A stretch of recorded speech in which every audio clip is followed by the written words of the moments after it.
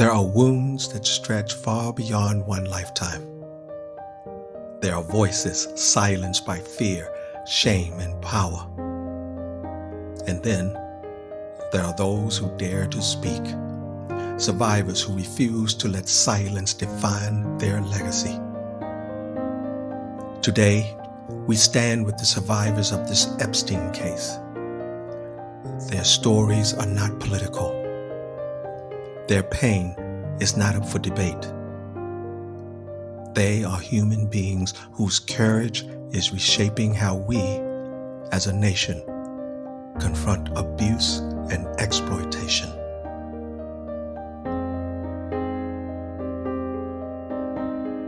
I was taken to Jeffrey Epstein's island while on a photo shoot on a nearby island. Who I saw and what I experienced there was a glimpse into a very dark and disturbing world.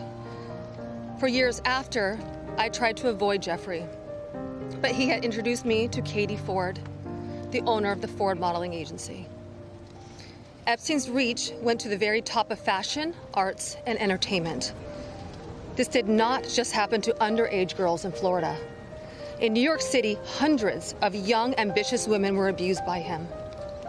Epstein was not just a serial predator, he was an international human trafficker. And many around him knew, many participated, and many profited. And yet, he was protected.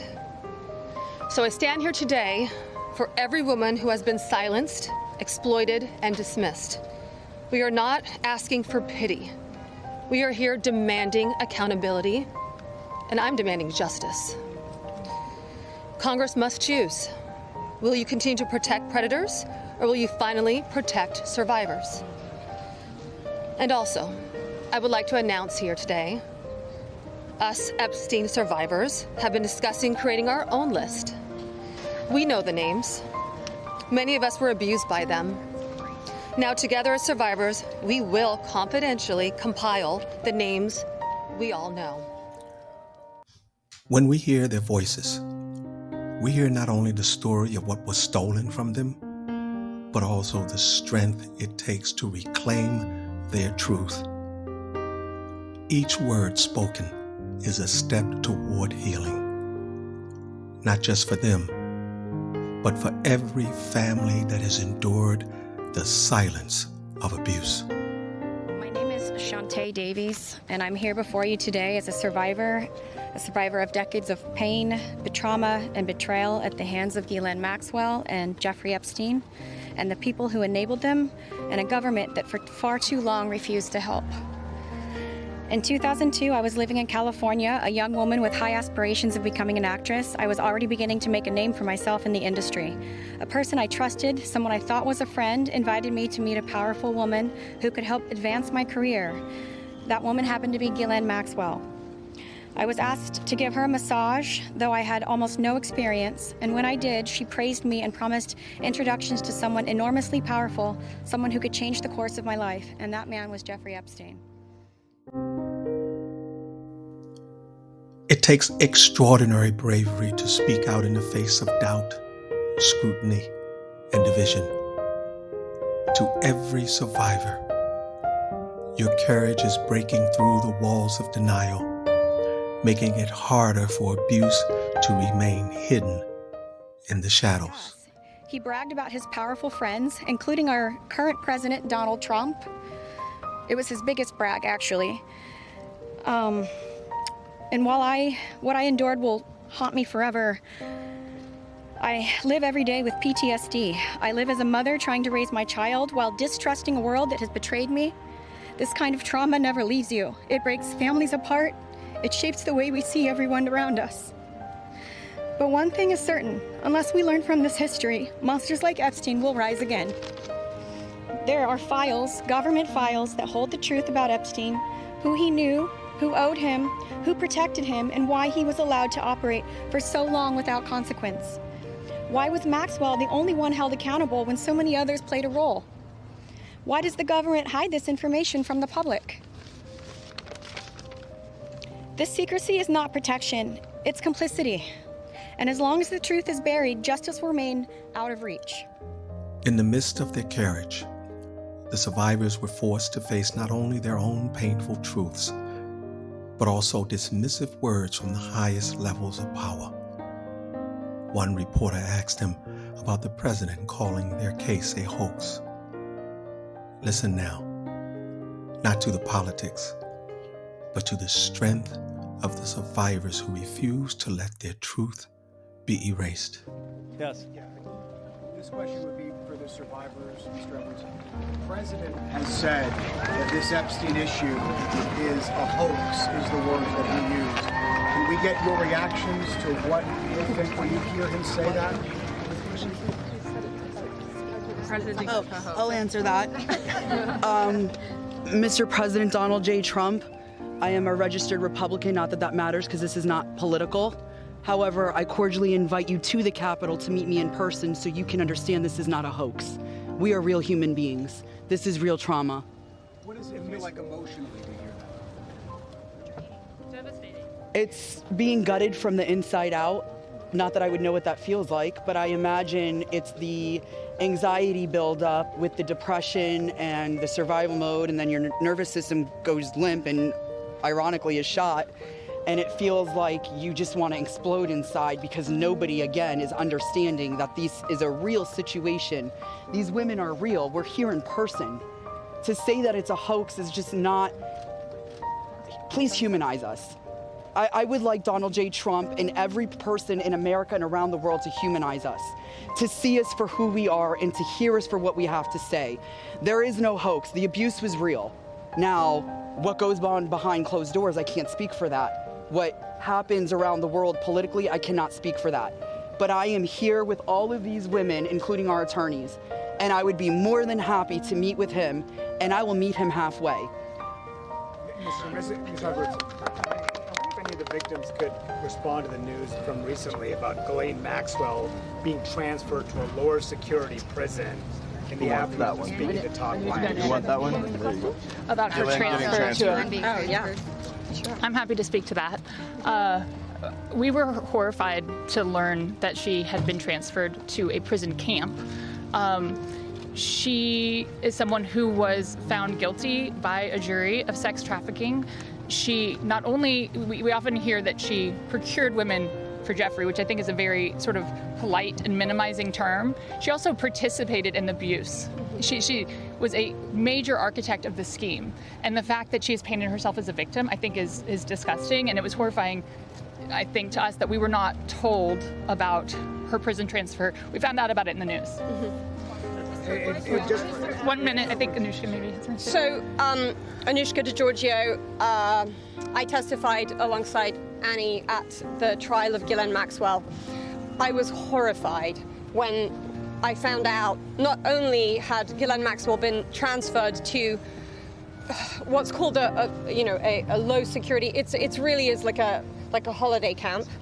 And then afterwards, I got a notification from the Department of Justice telling me that this was going to happen when it had already happened. This woman abused children.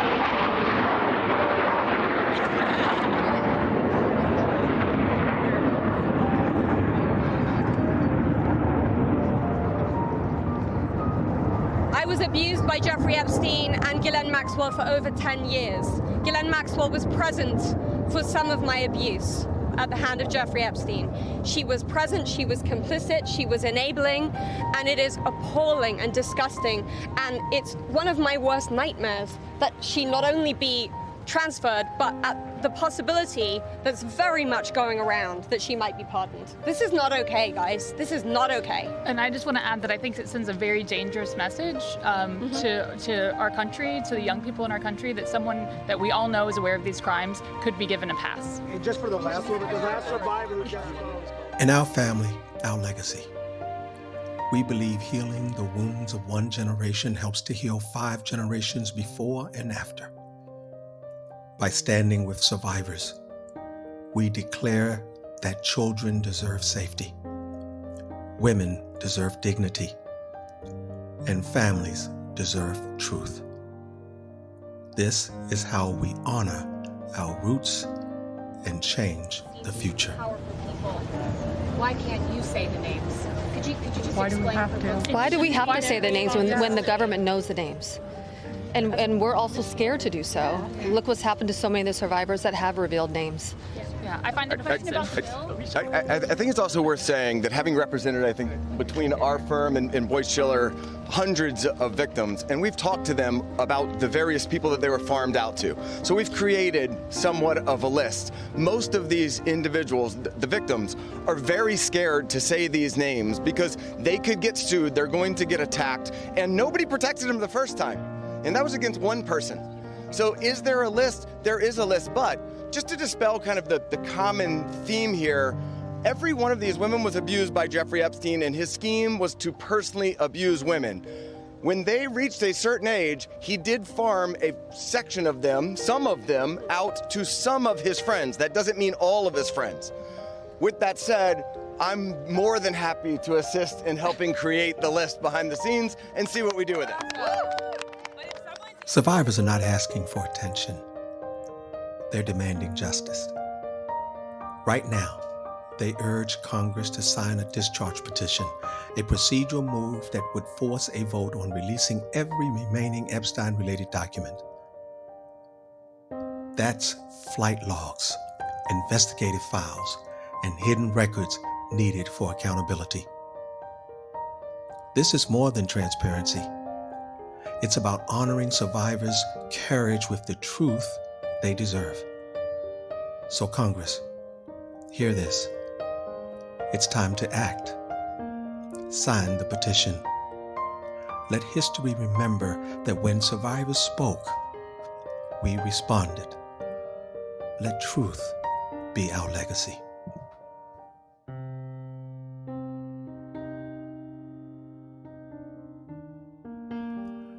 Silence protects the powerful, but truth protects the future. These survivors did not choose their suffering, but they have chosen to speak. And in their voices, the world is forced to listen. We cannot look away. We cannot dismiss their pain. To stand with them is to stand for every child, every woman, every family who deserves safety and dignity. Let the legacy we leave be one of courage, not complicity. Let us write into history that when survivors spoke, we believed them and we stood beside them. And as always, let your legacy always be love and your voice always be heard.